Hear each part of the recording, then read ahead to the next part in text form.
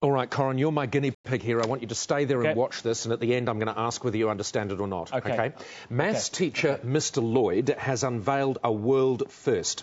It was obvious, really. Phantom graphs can explain complex equations connected with parabolas, which previously caused ghost solutions.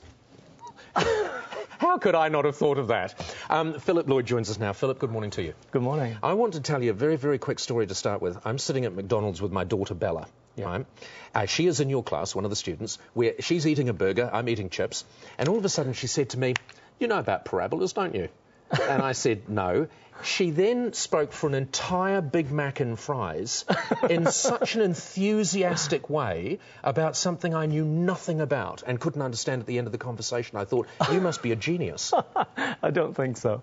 Actually, she's a good student. I'm glad to hear that. You've invented something. You've discovered something in mathematics. There can't be many things left to discover, can there? No, I didn't think so. When I first stumbled on this, which is about 3 o'clock in the morning, by the way, I thought, oh, I must tell someone, and nobody else has heard of it, and that really surprised me because, you know, every time I think of something or have thought of something in the past, you're excited about it, and then you go and tell someone, and they say, oh, I knew that. Yeah.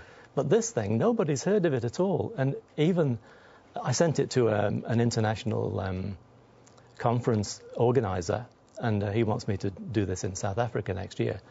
And he'd never heard of it either. And his whole life is dedicated to innovations in mathematics, so it must be new. It's extraordinary, and you are being recognised worldwide in the mathematics community as having discovered something which, by coincidence, is a brilliant way to teach and inspire children. Yeah. I was always told that there is only one truth in the world, and that is mathematics. Is that true? I think I agree with that. All right, so this must be true. All right, bearing in mind I don't understand anything about what you're going to tell me, explain it to me. I'm sure I will explain it for you, because I'm not going to use any algebra, but the real explanation, the real explanation needs lots of algebra, but I'm going to try to do it without, okay? Okay. Right, now if you can see this is a parabola, and that's a normal sort of parabola, and it's called y equals x squared. Yeah. Now, parabolas can be anywhere. They can be down here, across there. And if I put it there, for instance, then we say that the solutions of the equation, which I'm not going to even bother writing. No. The solutions are where it crosses the x-axis. Now, by the way, I haven't used a blackboard for about 25 years. No, you wanted us to bring in a whiteboard, but it doesn't work with the studio lighting. Oh, OK. Don't make excuses. No. So the solutions of the equation, which I'm not going to write, are 1 and 3, because that's where it crosses the x-axis. Right. So if it crossed down here, it'd be 1 and 4, or 2 and 4. Yeah. And if I put it... Oh, this is very awkward. If I put it there, the only solution is 2. Right. But if it's up there, it doesn't cross. It doesn't cross. So normally you would say there are no solutions. And this is true up to, say, year 12, which is Form 6. And you would say there are no solutions. But when you get into Form 7, you suddenly find out about these weird numbers called imaginary numbers. But there has to be a solution to every equation, Yeah, that's right, yeah. Now, there are solutions, but when you work them out in year 13, you say the solutions are 2 plus I. Right. So you make up I'll just write it down. 2 plus I, and 2 minus I as well. There are two solutions, where I is actually the square root of -1. Now, that's a really weird thing. You're up to spec?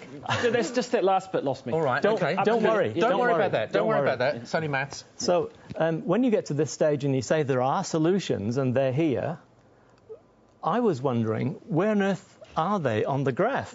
Well, they're actually not on the graph. Normally, they just don't. They seem to be in space somewhere. Right. And you've all your teaching career, you've just lived with that. Yes, everybody else has too. Yeah.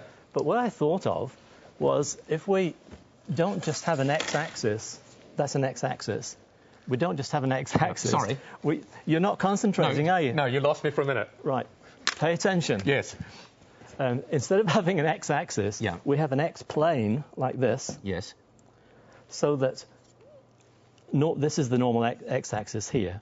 Now, what I found out, that if I find these funny numbers here and plot a lot of them, I end up with not just an ordinary parabola like this, Yes. but I end up with another one here which nobody knew about.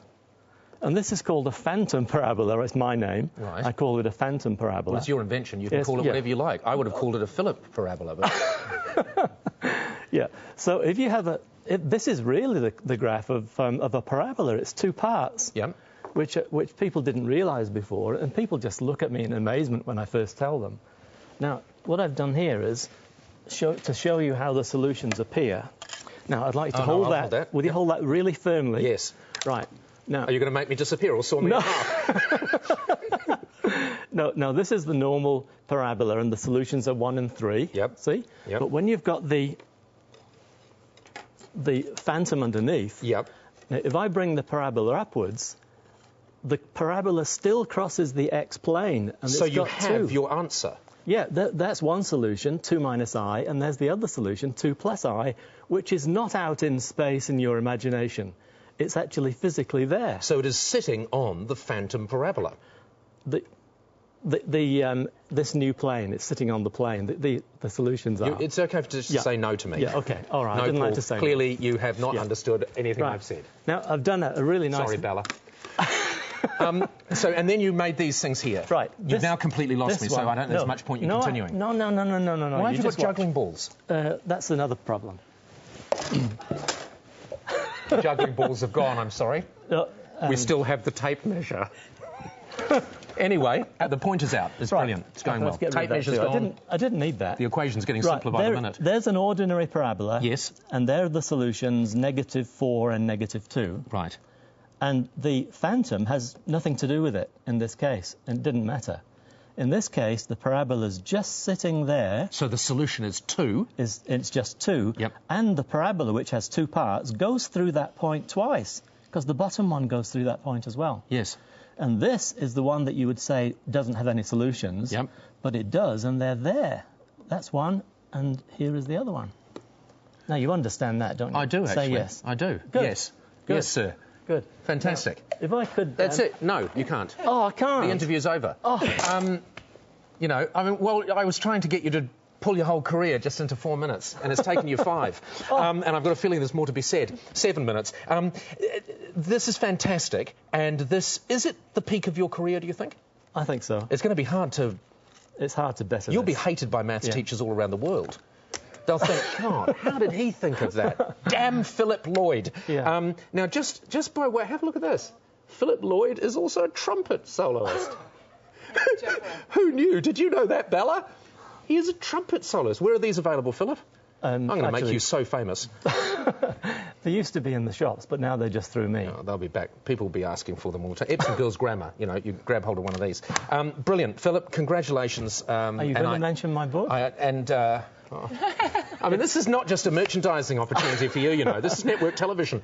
He's also written the book on calculus. Tell me about it. It's specially for Year 13 students to prepare for NCEA calculus. And you're taking this to South Africa with you. That's brilliant. I suppose I will. Brilliant. Well, you'll have to. Why don't you take a whole crate? Because they'll be snapping these up. Brilliant. And Corin completely understands. Renee, are you on the right page? Yep, I'm with you.